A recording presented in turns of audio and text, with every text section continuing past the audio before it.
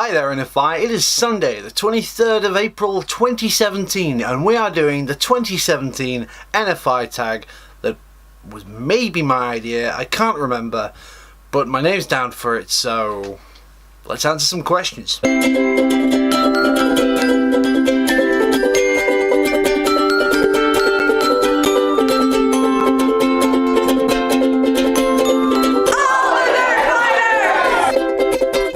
Ben asks, how long can you do a handstand? Here's the thing, I could do that, but I'd make a fool of myself, and I've done that enough on camera already.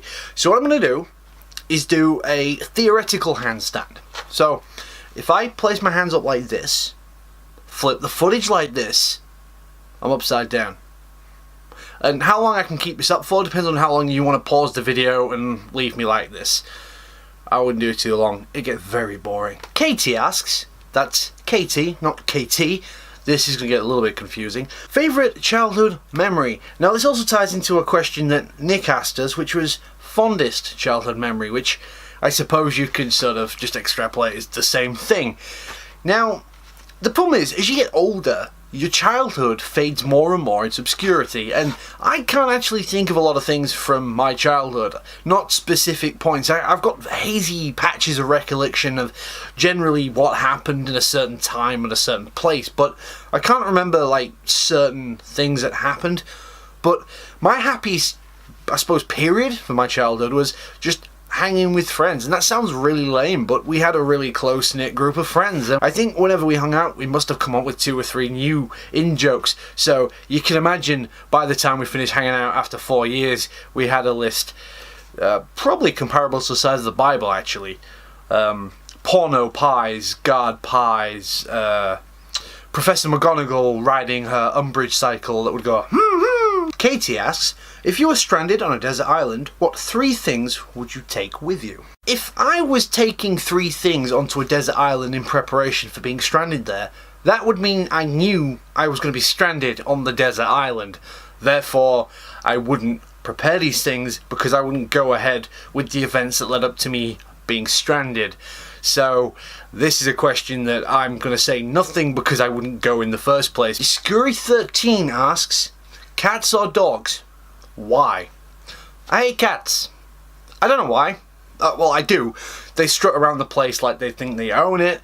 They're just really arrogant. They only seem to want you when they need you rather than showing affection. At least that's my experience with cats, but I'm not actually willing to learn the other side because I've got better things to do. I'm more of a dog person because I grew up with a family dog. I've just checked my notes here, what I wrote a few days ago, and it says dogs because cats are crap. Maybe I should have just led with that. Pat asks, do we exist for some sort of purpose, or are we just here by some unique coincidence? You'll have to bear with me for this one because I have a few notes, so I'm going to read off these. I've put both in capital letters, followed by, while I am not a firm believer in any almighty sky gods, except Yevon and Drut of course, and we are here by some cosmic coincidence, I do think you can make your own, reading on rain, purpose. Yeah, make your own purpose, which, yeah, you create your own destiny, I believe, to a certain extent, that you decide what you want to do with your life, which is kind of spooky, because I had a really interesting conversation with Tyler May the other day about this, and about sort of taking your destiny into your own hands, and taking steps to do the things you want to do, and if you don't know what you want to do, find out what you want to do, because going through life aimlessly, not really the ideal thing to do, like I am doing now. Well, YouTube, I would love to, and the whole media side of it, but like my RL stuff and my other commitments I have, not really part of my long-term plan. So yeah, I think that we are here by coincidence, but we also create our own purposes in life most of the time. Pat asks, favourite person on NFI? Now, the obvious accepted answer would have been me, you know, to choose myself, because that's apparently what I do. But honestly, I've got 4 pages of notes here basically debunking that and just saying that that is such a hard question for someone like me to answer. It would be unfair for me to pick a favourite or a couple of favourite. I mean, you could in theory, if I broke it down into individual groups, I could say this person's my favourite, that person. But it's like, I wouldn't choose between my good friends like Elliot and Niall and Meg and Chelsea, because we created this thing together, you know.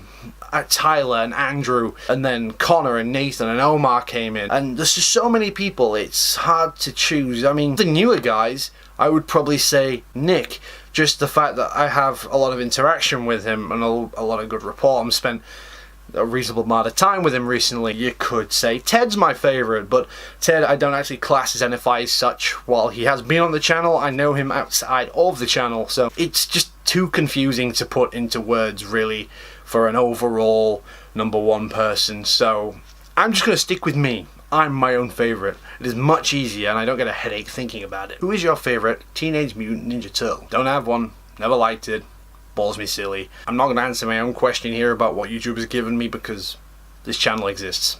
If the world could only be one colour, what colour would it be? Orange. And that's not a joke about ginger, it's just the fact that my favourite colour is orange. So, well, it would make it impractical crossing the road, I'd imagine. Orange, orange, orange. One thing you're currently learning, media industry through the internet. It's a learning curve constantly, and things change week to week sometimes, so you have to be proactive rather than reactive for this kind of thing and learning. But I don't have an answer anywhere near as interesting as Ted's, or as confusing as Ted's, or as confusing as Ted. Name something you're a fan of that other people laugh at. I've honestly got nothing for this one. Best trip in recent memory. Probably Pennsylvania. Back in February with Nick. Links to videos with Nick during that time can be found up there or wherever it is, and down in the video description below. Next planned thing you're looking forward to. VidCon. Because that is my next big thing, and hopefully that could be the trip of a lifetime for several different reasons, a few of which I will not disclose here currently, because plans and stuff. Foreshadowing. Sam Varley Stevens asks, first interaction with the internet. I used to have dial-up internet, but my first proper interaction with the internet was probably back on the old Apple Macintoshes back in primary school. The internet would crawl along, and the biggest search engine at the time was Alta Vista. Chances are you've never heard of that one.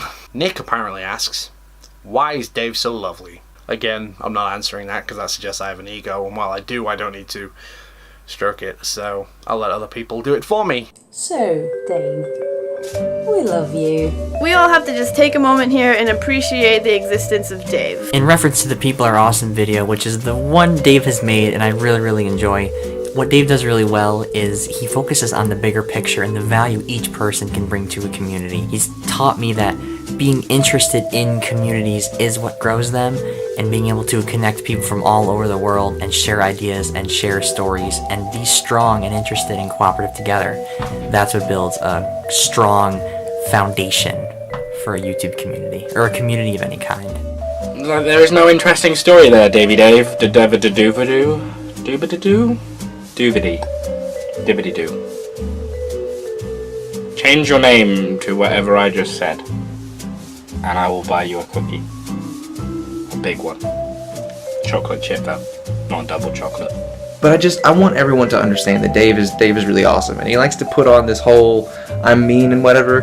But dude freaking cares, and he's awesome, and Dave really is great. It's not just the work that Dave has put into NFI that makes him great, he's also an actually pretty amazing dude. And we all hate him, so it's great. I guess I'm talking to you now, Dave, apparently. You're a very kind person, despite your curmudgeonly nature and persona.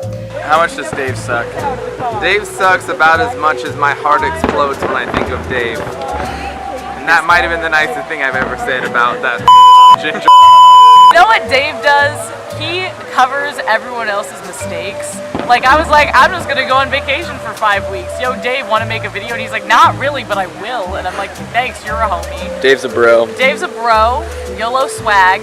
Oh god, he's gonna love that. The last 8 months or so, has it been like 8 months we've known each other? About. That I have known Dave has been absolutely the most impactful and life-changing of my entirety existence on YouTube. It's been the last 8 months of knowing him that has been the most impactful. The insights, the perspectives that he has on life, and the way that he's actually changed my view of YouTube as it is. Dave, especially if you're watching this, Dave, thank you so much for for just letting me come on NFI and letting me make all these friends and giving me a reason to go to VidCon. You're so awesome.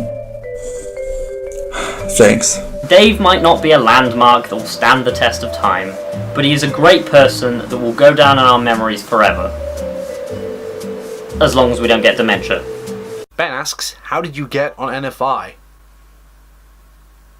I don't know. What is your most important motto in life? I do things because I can, not because I'm expected to. Or, work to live, not live to work. Both are really important philosophies in my life. What inspires you? People. People are awesome. People are amazing. You may have noticed that. The emotions, the knowledge, the drive, the passion that people carry and display day to day is truly incredible. To me, at least. Link up there and down there. But that video that I'm really proud of kind of just points out my whole feelings about that. The world is going to end in 24 hours. What would you do?